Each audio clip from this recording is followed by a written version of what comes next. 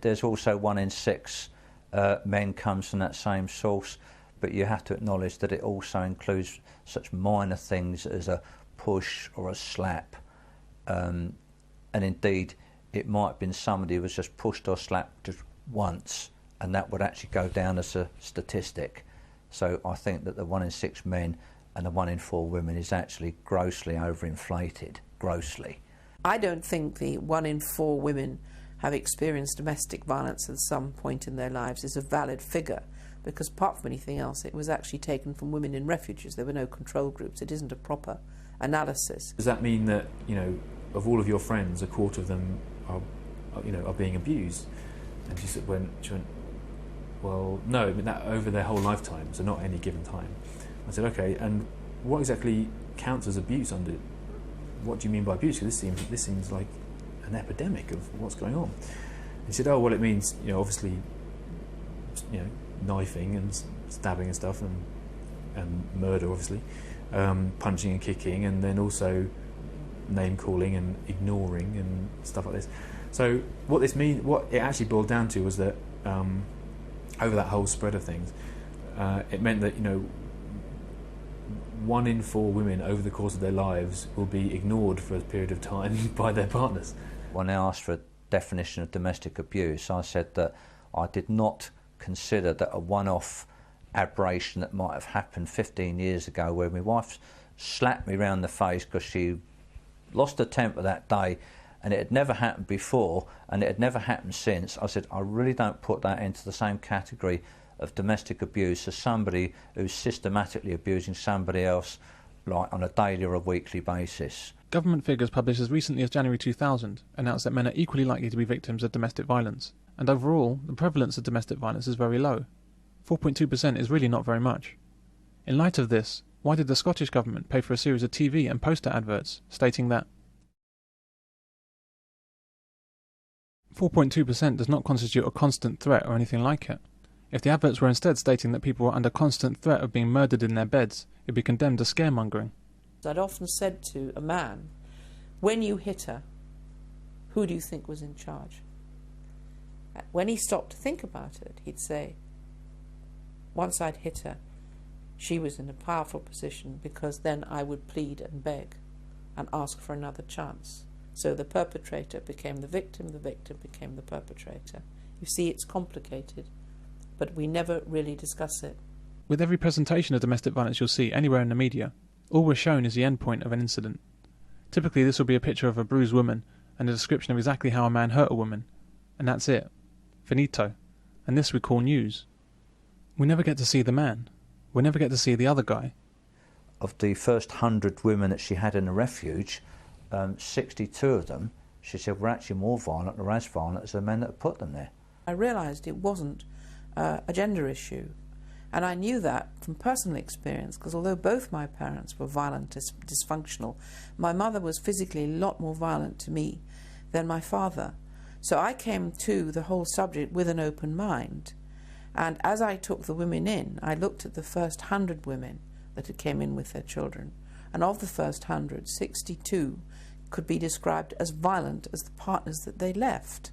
So it never has been a gender issue, but the political problem at the time, which is something I've never been able to get out into the open, is that the feminist movement, having formed itself in late 1969-70, never got the kind of support it needed financially, because it was so extreme.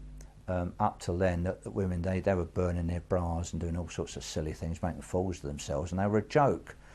But then finally they hit on the topic that gave them the credibility they so badly needed, and it also gave them the funding. I knew the moment that I started taking in women and children that it would be hijacked. They were very, very highly organised Marxist groups of women of one sort or another, and sure enough, in 1974 we called a very small conference to encourage other groups to set up refuges.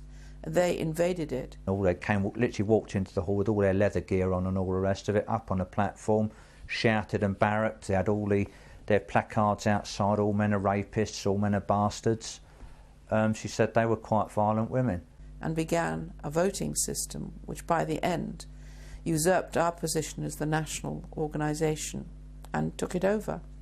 And the tragedy was that from then onwards, these lies and false figures and statistics have been disseminated internationally through the Western world, and men have been deemed as perpetrators, not because they happen to be violent, but because they happen to be men.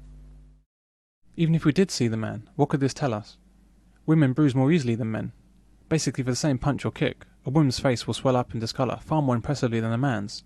So that must make her the victim, right? It's exactly the same. I mean, if a woman smacks a man in the face with a fist, he probably won't even be bruised. Majority of women are nothing like as physically strong as a man. He will be just as hurt and as abused as if he hit her.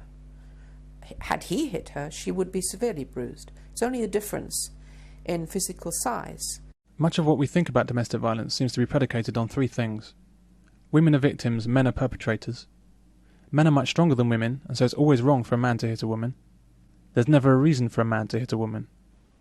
The police choose to operate under this flawed understanding of domestic violence, and is the reason why men are put into impossible situations when women are violent.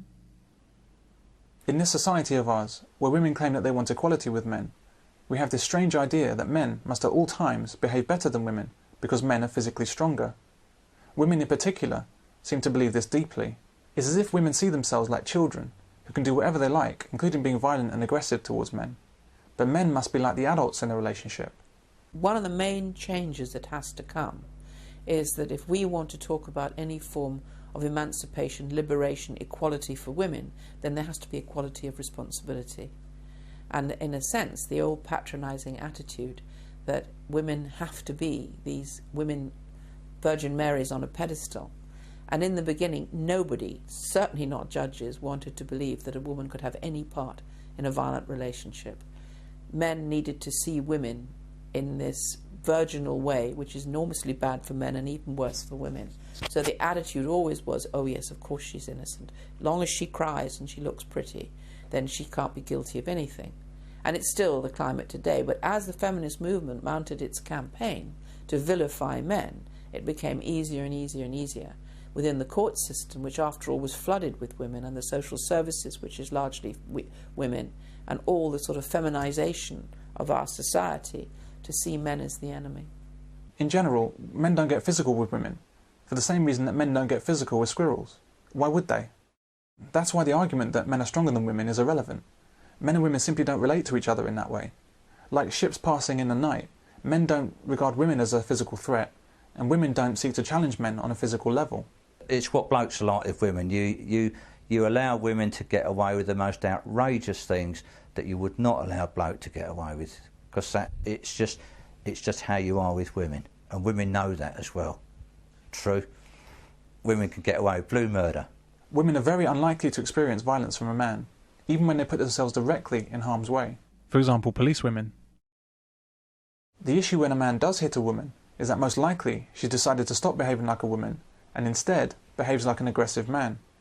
I had a friend who was in a pub, and this woman was mouthing off at him, kind of swearing at him, and they basically weren't getting along. And she came up to him and punched him across the face, and without breaking stride, without even a second's hesitation, he gave her a full punch across the face that threw her backwards across the table. About 5 guys who were sitting there then got up, stormed towards this guy. We all had to kind of run out the pub. If a man did that, if a man came up doing that behaviour, he would know full well that he's going to have a fight on his hands. And she told us this wonderful little story with a woman that had a black eye, and she said, well, why did he black your eye? She said, we're not supposed to ask that. Well, I am. She said, why did he black your eye? And she said, well, because I'd stabbed him.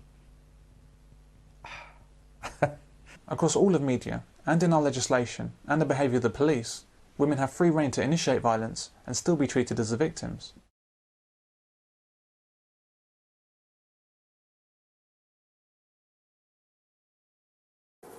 One time he actually pinned me down to the floor, and he had an axe over my head, and he said, I'm going to kill you.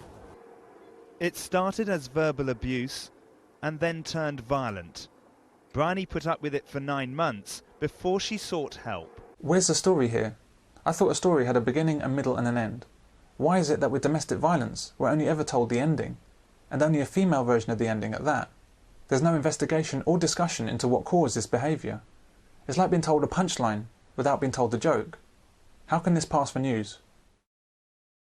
It's human nature to ask why when violence occurs. But with domestic violence, where a woman is hurt, no one and no news story ever questions why it happened. The man is simply wrong and must be punished. This blanket prejudice is a hate crime against men. If we employed the domestic violence approach on news reporting to the Second World War, our whole understanding of the conflict might come only from studying the D-Day landings. If we looked only at that point of the war, it might seem like for no reason at all, the whole world was ganging up on one country. Poor, innocent Nazi Germany. We have to stop seeing domestic violence as a gender issue. It's not. That we're doing a huge disservice and a dishonest disservice towards men and fathers. Because if we claim that in a violent relationship only men are the perpetrators, we are actually doing nothing for the women who themselves are violent. Because what happens in the refuge movement is they just evict them. If they do come in, they get rid of them. And the women are not allowed in if they're alcoholic, if they have drug problems, or if their boys are over 12. You can't do this, because those are the women that most need the help. And the same things towards what's happening towards men here, because with the arrest policies, if a man does call a woman, the chances are he'll be taken away. It doesn't matter what if he's scratched and whatever, he's taken out of the situation, because it's a positive arrest policy. The automatic arrest policy for domestic violence is actually unique in the history of British law. The only legislation that gives comparable power to the police is anti-terrorist legislation. So men are too frightened to take any action to protect themselves. And women now use the police as a force in a marital quarrel. Do you really believe that 1 in every 4 of your female friends and colleagues could have suffered from domestic abuse? Is that what you find in your life? And what about the similar claim from the same people in the abuse industry, that 1 in 4 women has been raped?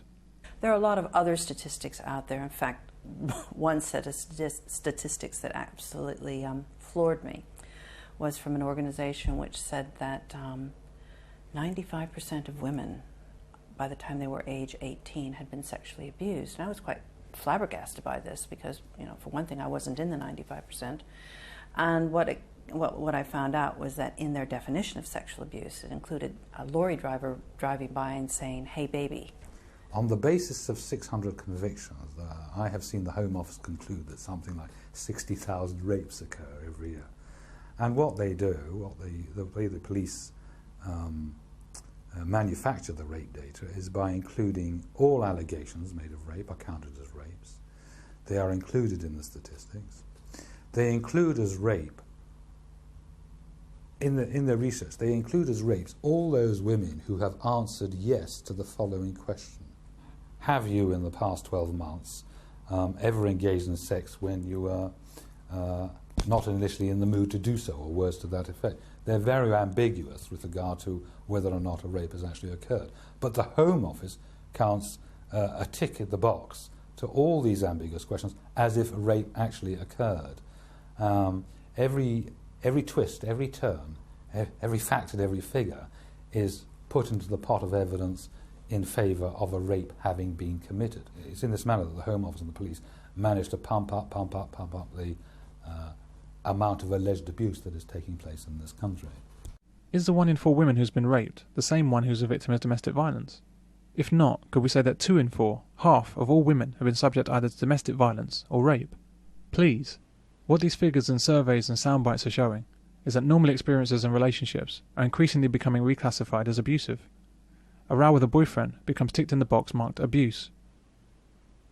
And why is it that this 1 in 4 women who may have been shouted at, slapped or shoved out of the way is worth so much discussion and outrage from government and the media, yet the men killed by women in domestic violence, 1 in 4 of all deaths, are not discussed at all?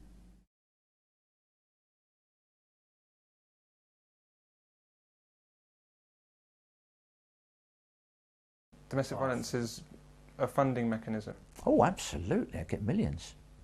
And I mean millions. I mean, you had just Cardiff alone picked up about 1.2 million about 3 or 4 years ago. Men phoned up for help and they were told this was for women only. And I mean, if I got £1 million like for the whole country, I mean, I could really use that. Where's all this money going? Where is all this funding going? Jobs. I mean, like Women's Refuge now, if you look at all their accounts and all the rest of it, I mean, they've got money there for their pensions and their holidays, and I mean, we was up in West London in their office, well, it was on the Embankment, you know. I mean, you don't have an office up there unless you've got lots and lots of money. So yeah, it's big, but it's business. It is a business. So what kind of amounts of money are involved with domestic violence spending in the UK? Well, it's millions. The National Federation, who own most of the refuges in this country, and Refuge, which is the other organisation, are avowedly feminist. It's no secret. It's on their websites. They have millions of pounds coming in. And the tragedy is that the other side, the men's groups, like Mankind, have virtually nothing. We did go up to Women's Refuge in London last summer, that's David Hurst and myself, to meet with, I'm terrible on names, it might have been Sandra Hawley, but... Refuge. Yeah, Refuge, yeah, Women's Refuge. And we said we would like to work with you. We said it's a common problem and we need to work together, not against each other. And the first words that came tumbling out of her mouth is, well, I'm sorry, but we see you as competition. And I said, makes it sound as if you just turn yourself into a business. I said, business worries about competition. I said, but if you're dealing with a social issue, there's no such thing as competition. Yes, but we're going for funding, she said, and if we start working with you, she said, it might increase your funding to the detriment of ours. And I said, well, aren't you actually interested in all victims? Well, no, not really. And where does all this money come from? Different sources. It comes from the government directly to the Federation, from lottery grants, from local grants, from boroughs giving monies to the refuges. And where does the money go that comes into... Well, you'll never find out because they're not accountable. An awful lot of it goes into conferencing, which is a way of proselytising the whole radical feminist policies. It's a proselytising religion as far as radical feminism is concerned. Domestic violence is used to pursue what is quite simply a hate campaign against men, run by both feminist women and those other women and men who see advantage in supporting such a campaign. These people would have once been called collaborators. Do you think it's just women against men, or is it something else? No, it's not women against men. What you've got is as you had with fascism, communism, Marxism, whatever you want to call it, you've got a small clique, and it's not just women, it's men as well. And they call themselves feminists. They're not feminists at all. They're extreme sort of Marxist feminists. They've got an agenda by which they want to push men out of society.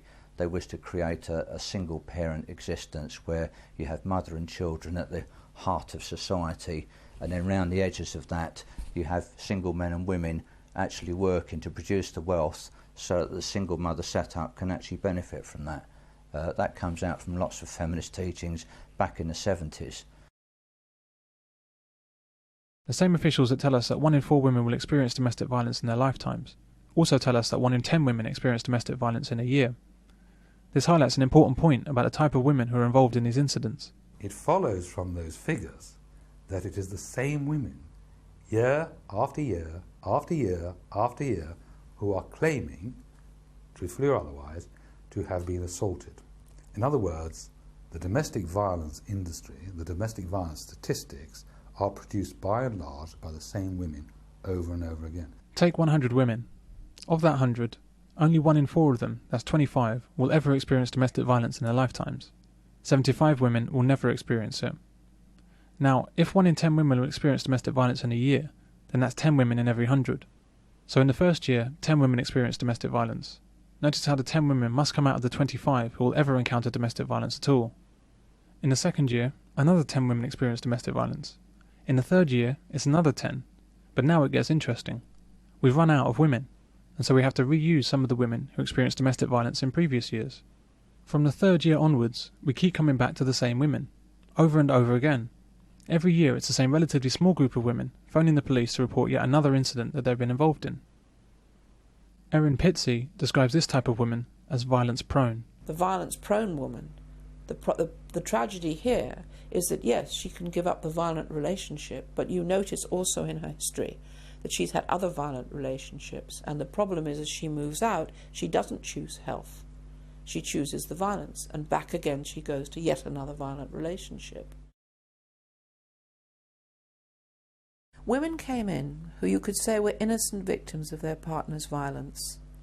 They, by accident, got involved with a partner who turned out to be very violent. Now, once they got into the refuge, and they grieved and they suffered over the loss of the relationship, they were ready to move on with the kind of help that they needed. Yes, they might go back once or twice, but ultimately they were sufficiently integrated within themselves to be able to move on and make a new life, and hopefully not to make those choices again. That was the easy part of it. But the major part of my work was with women who came into the refuge, who were violent themselves, who'd had childhoods like mine, dysfunctional and abusive, and they had continued on to make abusive and dysfunctional relationships, and obviously to drag their children through these relationships. Now, when I first started, I had social workers and other people in the agency saying, "Why do you bother with her? I'm burnt out. I tried this, I tried that, I tried the other." And I felt a huge hatred towards these women.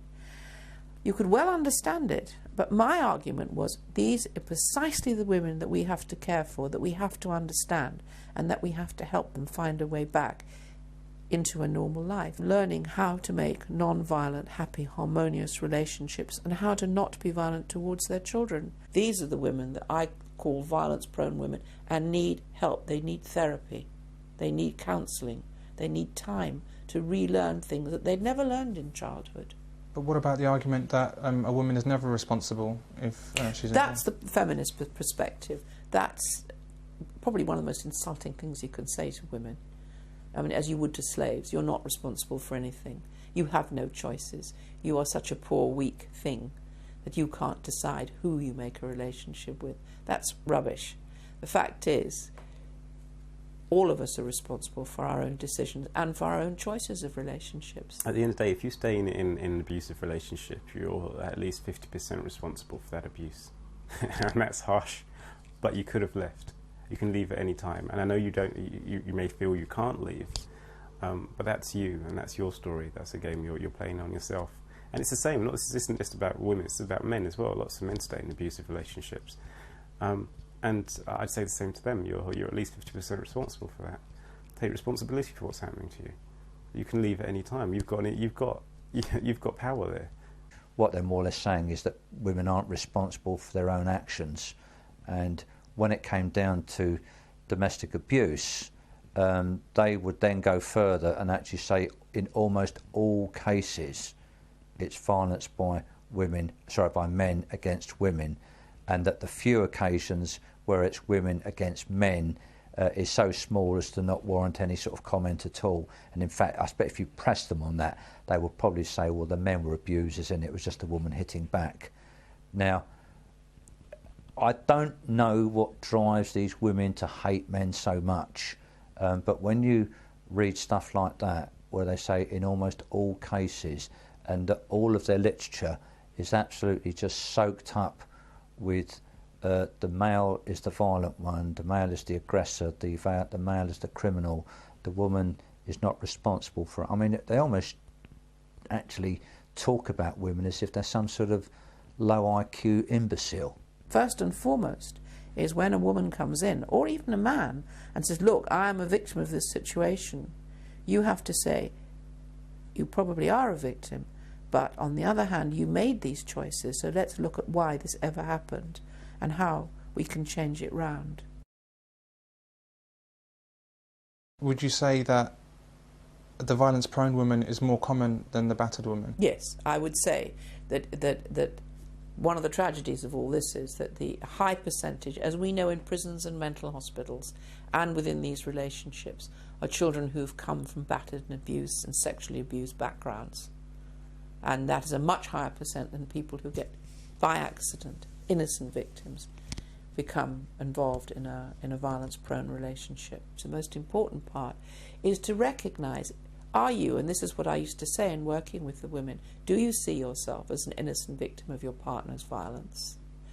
Or, and this is much more likely to be the case, this would probably 80% of the women coming in, well, as it is, was 62%, let's say, because those I could actually document, those women were either more violent than the men they left, or the violence was consensual. Indeed, she was battered, she was bruised, and in many cases those were the worst beatings, but she was just as violent as he was. So the violence was consensual.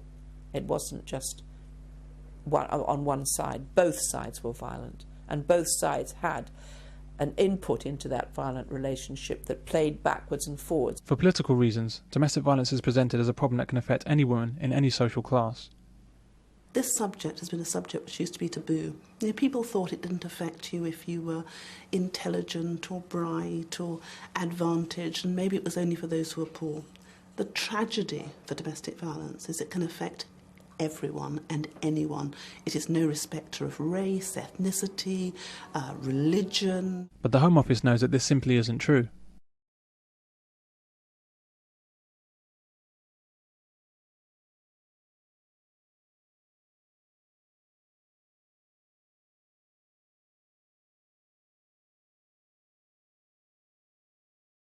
It happens with people who have personality disorders, and many of the women who are extremely violent and irrational have personality disorders, and they will use anything to get what they want. It's very confined to those who have personality problems, to those who have violent tendencies, social relationship problems. The vast majority of domestic violence incidents that take place in the country can be confined mostly to these relatively small groups of dysfunctional people, if I could put it that way.